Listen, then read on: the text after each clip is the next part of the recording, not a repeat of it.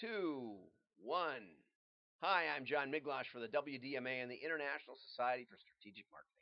Today I want to talk about why mail, as I promised yesterday, the most powerful weapon no one is using. Why? First, I want to talk about digital challenges. This is the omni-channel world from about a year ago. These are all great deals. You should be on all of them. And if you are, you won't have a clue what's going on. That's the bottom line. Digital ad fraud last year was estimated at 16.4 billion from the World Federation of Advertisers, and that's out of 80 billion. So that's a 20% overall, 20% uh, fraud rate.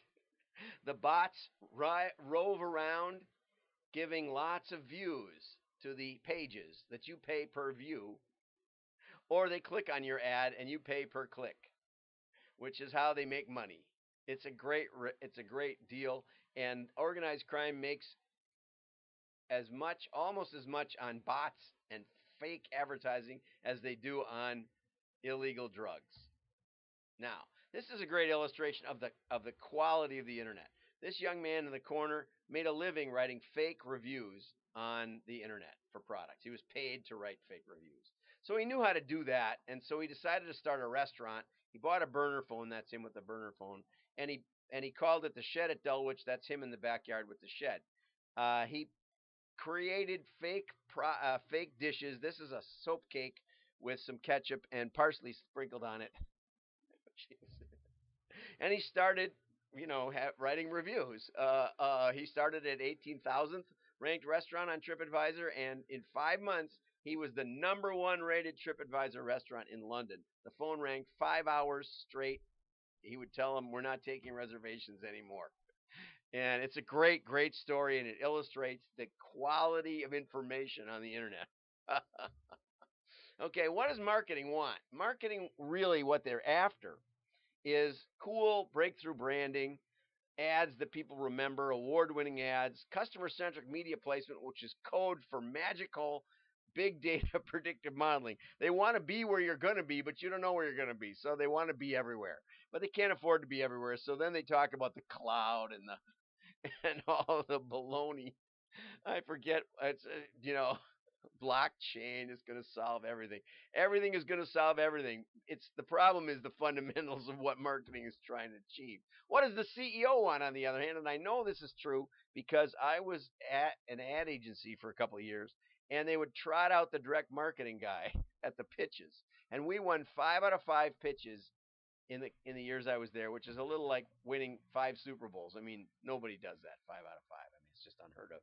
And the CEO and president, or whoever the chief financial guy was, always said, "Hey, I like the idea that you have accountable advertising, scientific advertising, that you can tell us what's working and what isn't." Because what does the CEO want? The CEO wants known customer results. I want offers that I know are going to work. Okay? I want known return on investment. I want to put $1 in the box and get a couple of dollars jumping out. And I want scalable growth.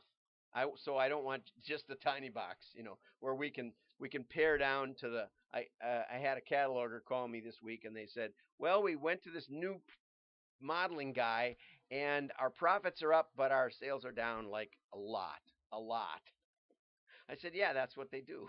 They tell you they're going to cut the waste and increase the profits. What good is that?" Then your overhead's too big. Then you're unprofitable over there, and it's just moving money around. You need to be growing and be profitable, both. That's what the CEO wants. Okay, so how do we do that? In direct mail, we can do it. If you stop advertising on Twitter and you go to Instagram instead, while you're doing all the rest of the stuff and the email and everything else in this big cloud of nothing, you don't know what's going on. But if you mail your customers, because the engagement is so much greater, you mail them, or then you don't mail a few of them. You hold some out. You can tell what's going on. In Musician's Friend's case, they were owned by Guitar Center, a retailer who thought every guitar that Musician's Friend sold was a guitar that got stolen from them. And those guys were owned by an investment group in Dubai without a real mail culture. So every year they would ask us, "Why are you spending so much on the catalog?" They spent like 10 million a year or something on the catalog, and they were, and no, there was more than that, but it wasn't a lot more. Let's say 20 million. And they were doing $500 million. So it was a pretty good deal. Anyway, so we didn't mail a few, and what happened? Well, overall, the ones we didn't mail did $12. in the aftermath of the mailing, because they were still mailing them 3 or 4 times a week, emailing them. And the ones we did mail did 22. So you put $1 in, you get an extra 10. Pretty good deal. Oh, and so we held out some for 3 months. You put in, you save yourself $3, and you cost yourself $22 in sales. But it's understandable. It's trackable. It's absolutely solid numbers. Unlike the crazy pixels and the tracking and the cookies of the world, where even if it's on your screen and you never see it again, but if you put enough of them out there, somebody's going to buy accidentally. No causal impact to that ad. And so here's the mail advantages. Your brain connects 10 times more with touch than vision. Your brain is wired for touch. Why? Because touch, what you see coming at you might hurt you, but when it hits your head, it hurts. If you've ever been hit in the head with a baseball, you can see it coming, and that doesn't hurt. So the more things that actually hit you, the worse you are. So your brain is wired to be very sensitive to when it gets there and duck, But the warning comes with, the warning is important, but the pain is the real thing that we're wired for.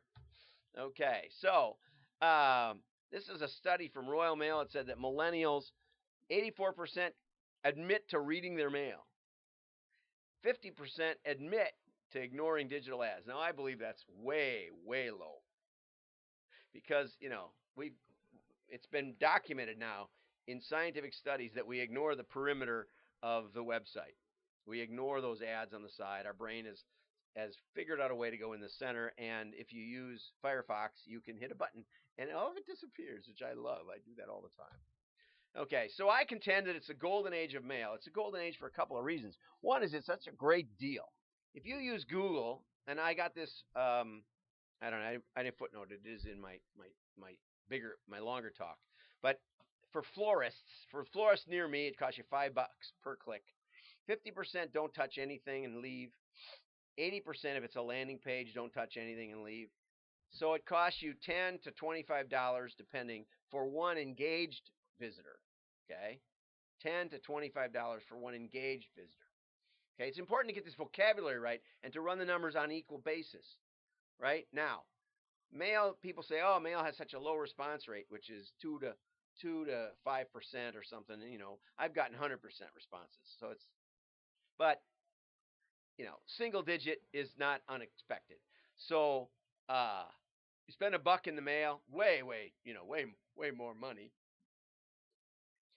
And I'm just saying that 15% go right in the trash without even hardly a glance. But I think it's higher than, I don't think that bounce rate is. I think most people look at their mail. 85% look at their mail. That's where I got the number. Okay, if it's a really promotional that I have no interest in, maybe it's higher than that. So I'm giving mail 1 to 150 that people don't look at it. Okay, the problem we had we're going to get to the next slide. Okay, so once you get to engagement, the response rate for digital and the response rate for mail is about the same. That's the truth. Okay, so you can run those numbers. You can do a break even. You can estimate what's going to happen on your digital compared to mail. Now, in the 80s, we only mailed response buyers. Why? Because most people would not buy through the mail. Now nearly 100% do. The mailbox is less full, so it's a golden age of mail. Case study. We had a retailer who was doing a little catalog. It was a terrible application because it was a complex sale and a low number of customers. And the new marketing guy who was from a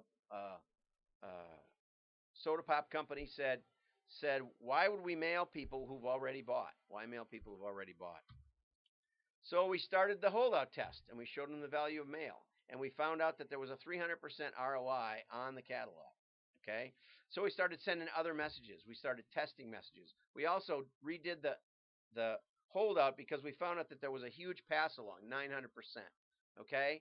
And in 2017, sales were up 35%. They were growing before that by opening stores, but this was same store over store. So mail delivers, it connects with your brain, it cuts through ad clutter. There's ways to clearly test and prove things. It's a great laboratory. It lets the customer tell us what they want instead of trying magic. I'm John Miglash for the WDMA and the International Society for Strategic Marketing. Have a great day.